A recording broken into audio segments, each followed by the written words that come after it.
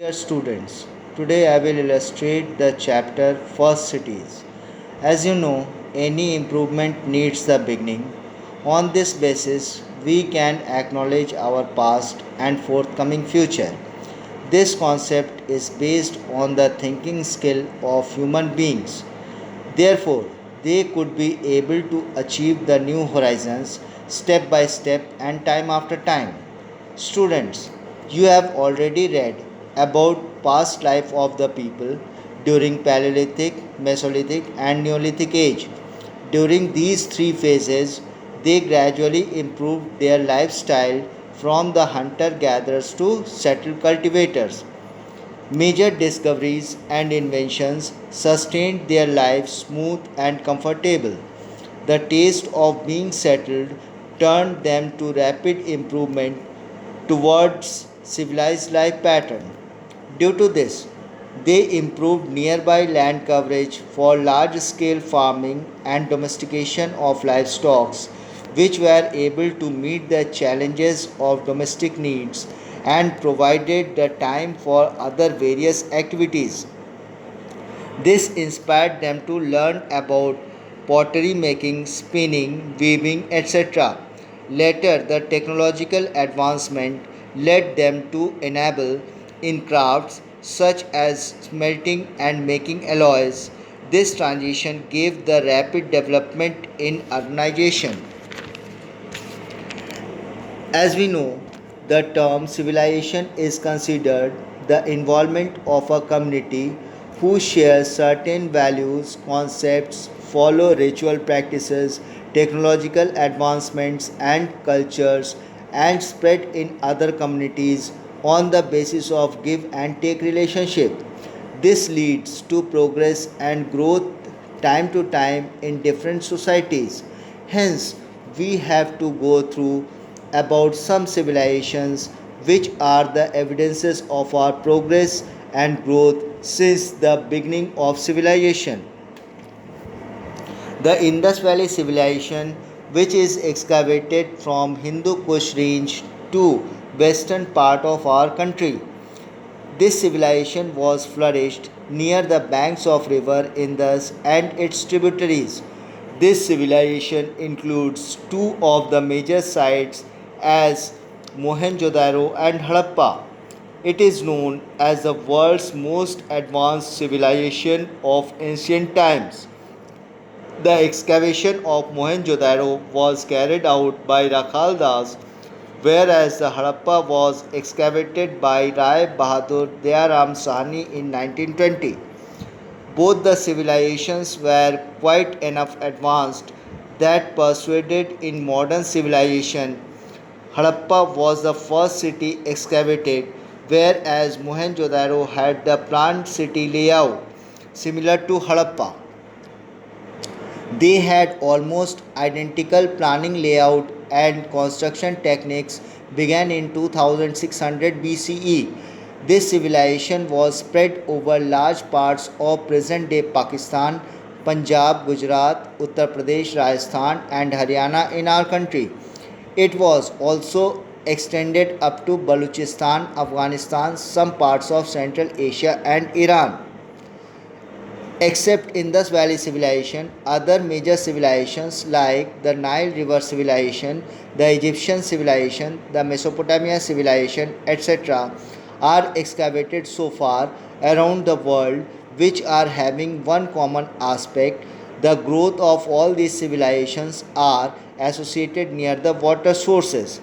Students, we got so many evidences from these sites which certainly focus on the life pattern, social life, economics, trade affairs, and political life of that time. We have to take simple discussion on these various evidences. As you know, a comfortable place is needed for the settlement at where the human beings can conduct different functions for their comfortable and secured life. This concept clicked the town planning for secured and comfortable residing. The town planning is one of the unique feature of Indus Valley civilization. The town was basically divided into two parts as the citadel and the lower town. The citadel was located at the raised ground, whereas the lower town was located at the lower height. The citadel was considered more important part of the city as for administrative activities, protection from floods, storage of grains, assembly halls for assemblies and many more. The lower town, on the other hand, was used for settlement of the common people. The township was divided into rectangular blocks by wide roads. The roads run from north to south and east to west. Here, the remains of the bricks houses can be seen. The lower town had also well planned streets, drainage system, arrangement of street lights and houses. The Great Bath was one of the major facilities for people of the city.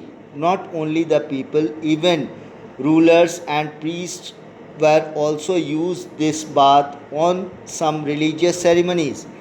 Design of the bath was quite scientific, which could facilitate the availability of fresh water from inlet source and drainage of wastewater from outlet source. Houses were one or two storied high, made of baked bricks of uniform size. Every house had two or more rooms, including a bathroom, kitchen, circular ovens, and a courtyard. Drains were connected with outlets of the houses. Inside the house, the drains were facilitated for kitchen, bath, and courtyard. Drains were covered with slabs outside and inside of the house. Students, now I will give you brief discussion about the occupation of Indus people. The Indus people were farmers, weavers, potters, metal workers, toy makers, jewelers, stone cutters, and traders. Out of these, agriculture was the most important occupation of Indus people. They used to grow two crops in a year. They knew about different methods of irrigation and use of plough and sickles. They also involved in fishing, hunting, and gathering fruits. Even they were very fond of metal work. The discovery of the bronze statue and dancing girl were the most unique example of art and skill of Indus people.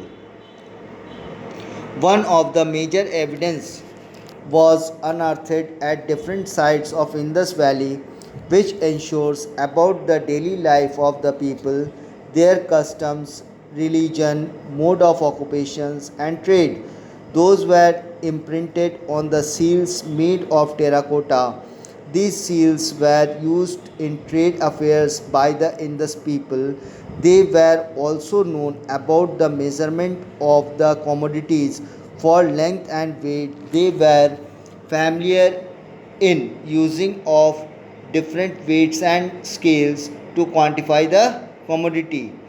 The evidences are found to certify that the trade affairs were also spread with foreign countries around the world.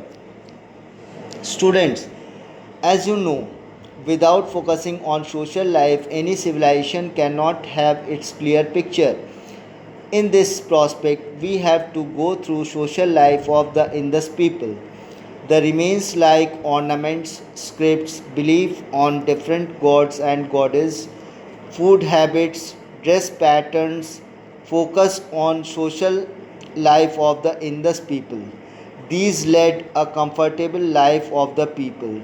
The ornaments made of precious metals were used by the aristocratic families, whereas the ornaments made of copper and shell were used by the poor class. Wheat, barley, milk, meat, fish, fruits, eggs were the staple food of these people. The remains of scripts represent the ideas, objects, and words which are also engraved on seals. The Indus people worship Pasupati and Mother Goddess who represent fertility. The structure of temples are also found at the site, which confirms the belief in God of the Indus people. Students, this great civilization was declined probably 1900 BC to 1700 BC. Nothing definite resources have been found about the decline of this civilization. Most probably, the cities destroyed due to natural disasters like earthquakes, flood, or change in the course of river Indus. Some historical evidences say that due to Aryan invasion and the deforestation are the sources of decline. Students, this was all about the first cities. Now go to its exercise work.